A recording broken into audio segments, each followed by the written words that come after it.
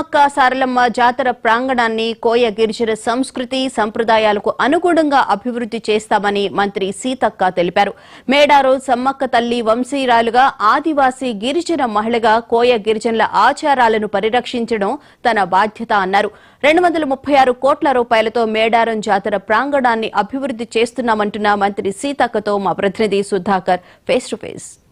మహార్ జాతర మీద తెలంగాణ ప్రభుత్వం ప్రత్యేక దృష్టిని కేంద్రీకరించింది. గతంలో ఎప్పుడు ఎన్నడూ ఏ ముఖ్యమంత్రి చేయని విధంగా రేవంత్ రెడ్డి ఈ జాతర ప్రాంగణం పైన ప్రత్యేక దృష్టిని కేంద్రీకరించారు. 236 కోట్ల రూపాయలను వెచ్చించి మిషన్ 100 డేస్ పేరుతో దీన్ని అభివృద్ధిలోకి తీసుకురావాలనుకుంటున్నారు. మంత్రి సీతక్క మనతో ఉన్నారు. సీతక్క నియోజకవర్గంలో మేడారం మహాజాతర జరుగుతుంది. ఆమె ప్రత్యేక దృష్టిని ఇక్కడ కేంద్రీకరిస్తున్నారు. ముఖ్యమంత్రిని ఒప్పించి మెప్పించి నిధులు తీసుకొస్తున్నారు. ప్రస్తుతం మనతో ఉన్నారు. మేడం నమస్తే. మేడం, పూర్తిగా గిరిజన ఆచార వ్యవహారాలు సంస్కృతి సాంప్రదాయం ప్రకారం జాతర జరుగుతుంది. ప్రభుత్వం ఒక రకంగా సాహసం చేస్తుందనే చెప్పొచ్చు. ఈ జాతర ప్రాంగణాన్ని మార్చడం అంటే ఎలా చేయబోతుంది? వాస్తవానికి వెనకట అంటే 1944లో సమ్మక్క గద్దె అక్కడికి వచ్చింది, 50లో సారలమ్మ గద్దె వచ్చింది, 86లో గోవిందరాజు గద్దె, 98లో పగడిద్దరాజు గద్దె. ఇలా ఆయా అంటే వాళ్ళ కుటుంబ సభ్యులు తీసుకొచ్చి ప్రతిష్ఠింప చేసుకుని పూజలు నడుస్తా ఉన్నాయి. ఇప్పుడు మేము చేంజ్ చేసేది కూడా మార్చేది కూడా గోవిందరాజు పగడిద్దరాజు గద్దెలను ముందుకు జరుపుతా ఉన్నాం. మూలాలు అక్కడే ఉంటాయి.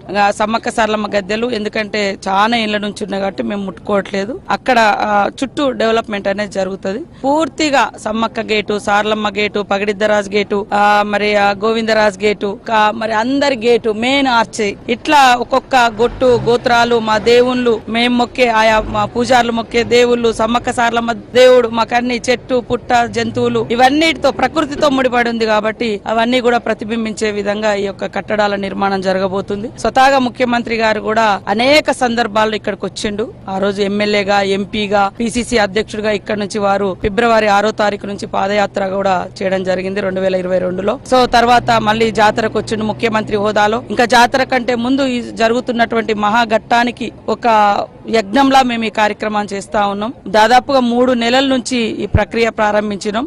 పూజారులతో కలిసి చర్చలు చేసి వాళ్ళు పోయి మళ్ళీ వాళ్ళ పెద్ద పూజారులను మాట్లాడుకొని ఇవన్నీ. సో ఈ రోజు ఫైనల్ గా మాస్టర్ ప్లాన్ పబ్లిక్ ముందు అటు చిలకల గుట్ట, ఇటు వెనక గద్దెలు సమ్మక్క సారలమ్మ పగడిద్దరాజు గోవిందరాజు కొలువుదీరిన గద్దెలు, మధ్యలో మరి సీఎం గారు నిలబడి జనం ముందు ఆ యొక్క గద్దెల ఏ రకంగా పునరుద్ధరణ జరుగుతుందో ఆ మాస్టర్ ప్లాన్ ను ఆవిష్కరించడం జరుగుతుంది. చాలా ప్రభుత్వాలు చూసాం, జాతరకి ముందు 25 కోట్లు 50-75 కోట్లు రిలీజ్ చేస్తారు, అడవుడిగా పనులు జరిగిపోతాయి. అప్పుడు ముఖ్యమంత్రి వస్తే తల్లులను దర్శించుకొని వెళ్తారు. కానీ మీరెందుకు దీనిపైన ఇంత ప్రత్యేకంగా ఫోకస్ చేస్తారు? ముఖ్యమంత్రి గారికి స్వతహాగా మా ప్రాంతం అన్నా, మేమన్నా, మా దేవుడు అన్నా కూడా ప్రత్యేకమైనటువంటి అభిమానం, విశ్వాసం, నమ్మకం. అదే విధంగా వెనుకబడ్డ జాతులన్నా కూడా వారికి, వెనుకబడ్డ వర్గాలు, వెనుకబడ్డ ప్రజలన్నా కూడా అభిమానం. కాబట్టి ఇక్కడ ఆదివాసీ దేవతలుగా, ఆదివాసీ బిడ్డలుగా పుట్టినప్పటికీ సకల జనులు, సకల మతస్థులు, సకల ప్రాంతాల నుంచి కూడా వస్తున్నారు.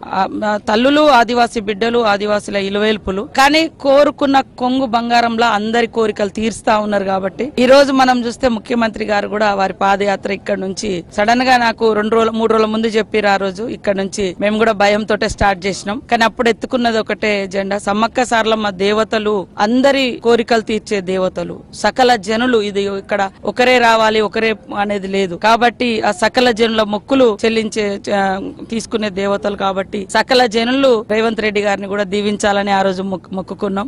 మా మొక్కు కూడా ఫలించింది. తర్వాత ముఖ్యమంత్రి హోదాలో వారు ఆనాడు కూడా 110 కోట్లు ఇవ్వడం జరిగింది. మీరు అన్నట్టుగా అప్పుడు కూడా మాకు ఒక ప్రణాళిక లేకుండా మనం వచ్చింది, మరి గవర్నమెంట్ వచ్చి 2 months ముందే ఇవన్నీ చేయలేకపోయినాం. ఇప్పుడు చాలా ప్రణాళిక బద్దంగా చేస్తా ఉన్నాం. రోడ్ వైన్ కూడా అవుతుంది 22 కోట్లతోటి. అక్కడ కొత్తూరు నుంచి ఇక్కడ ఆర్టీసీ క్రాస్ వరకు 4 lanes వే చేస్తున్నాం. మనం ఎప్పుడు మంచిలాగా ఉండేది, ఆ తడకలు ఉండేది, భక్తులకు ఇబ్బంది అయ్యేది నిలబడడానికి. ఈ క్యూ లైన్స్ మీద కూడా వేయడం జరుగుతుంది, షెడ్స్ వేస్తా ఉన్నాం. తర్వాత ఫారెస్ట్ నుంచి ఇంకా 2-3 దారులు ఇస్తా ఉన్నాము. ఇట్లా చాలా నిర్మాణాలను మనం అండర్ ఇక్కడ డ్రైనేజ్ కూడా నిర్మిస్తా ఉన్నాం. 4.5 కోట్లు ఆల్రెడీ శాంక్షన్ చేసినాం. నీళ్లు ఎటుపడితే అటు పోతున్నాయి. ఇట్లాంటి అన్ని కూడా కార్యక్రమాలు చేపడుతున్నాం. రోడ్ వైండింగ్, డ్రింకింగ్ వాటర్, తర్వాత గద్దెలనే గేట్లు 8 గేట్లు, ఆర్చితో పాటు 9 గేట్లు, ఇవన్నీ కూడా ఒక ప్రణాళిక బద్దంగా రూపొందించుకొని 3 నెలలు దాటిపోయింది. మేము ఒక కార్యక్రమం స్టార్ట్ చేసి ఈ రోజు ప్రారంభిస్తే తర్వాత మిగతా వర్క్ అంతా కూడా మళ్ళీ స్టార్ట్ అవుతుంది. ముఖ్యమంత్రి గారు ఇప్పటికి 2 సార్లు ఎట్లా ఉంది, పూజార్లకు ఇష్టమేనా కాదా, ఏంది అది మాట్లాడి లేదు, ఇప్పుడు నేనే వస్తాను, మళ్ళీ వారే వారే వచ్చి డైరెక్ట్ గా దర్శనం చేసుకుని పూజారులతో కూర్చొని వాళ్ళ ఆమోదం మేరకే ఆ యొక్క మాస్టర్ ప్లాన్ బయటకు వస్తుంది. మేడం, మొత్తంగా చూస్తున్నాం మేడారం సమ్మక్క సారలమ్మ జాతర అంటేనే పూర్తిగా గిరిజనుల ఆచార వ్యవహారాలు సంస్కృతి సంప్రదాయం ప్రకారం జరుగుతుంది. తెలంగాణ రాష్ట్రమే కాకుండా ఛత్తీస్గఢ్, మహారాష్ట్ర, ఆంధ్రప్రదేశ్, కేరళ ఇలాంటి రాష్ట్రాల నుంచి 1 కోటి మందికి పైగా భక్తులు ప్రతి 2 ఏళ్లకు ఒకసారి వస్తారు. ఆ భక్తుల దర్శనం చాలా ఈజీగా సౌకర్యవంతంగా జరిగే విధంగా ఉండేందుకు ఈ ప్రభుత్వం అన్ని ఏర్పాట్లు శాశ్వత ప్రాతిపదికన చేపట్టాలనుకుంటుంది. అందులో భాగంగానే ముఖ్యమంత్రి రేవంత్ రెడ్డి స్వయంగా ఇక్కడికి వస్తున్నారు. ఇక్కడ ఆదివాసీ గిరిజన పూజారులను ఒప్పించి మాస్టర్ ప్లాన్ విడుదల చేయబోతున్నారు. పనులను వేగవంతంగా పూర్తి చేయడం కోసం మిషన్ 100 days పేరుతో ఈ కార్యక్రమం కొనసాగుతుంది. కెమెరామెన్ సదానందంతో సుధాకర్, మహాన్యూస్, మేడారం సమ్మక్క సారలమ్మ జాతర ప్రాంగణంలో. నల్గొండ జిల్లా పెద్ద ఊరులో యూరియా కోసం క్యూలైన్ లో నిలబడిన రైతులపై పోలీసులు దాడి చేశారు. దుస్యా నాయక్ అనే కానిస్టేబుల్ 3 రైతులను కొట్టారు. ఈ ఘటనపై రైతులు తీవ్ర ఆగ్రహం వ్యక్తం చేస్తున్నారు. మరోవైపు అదే క్యూలైన్ లో ఉన్న ఒక మహిళా రైతు సొమ్మసిల్లి పడిపోయింది. తోటి రైతులు ఆమెను వెంటనే ఆసుపత్రికి తరలించారు. ఈ ఘటన పెద్ద ఊరులో ఉద్రిక్తతకు దారితీసింది.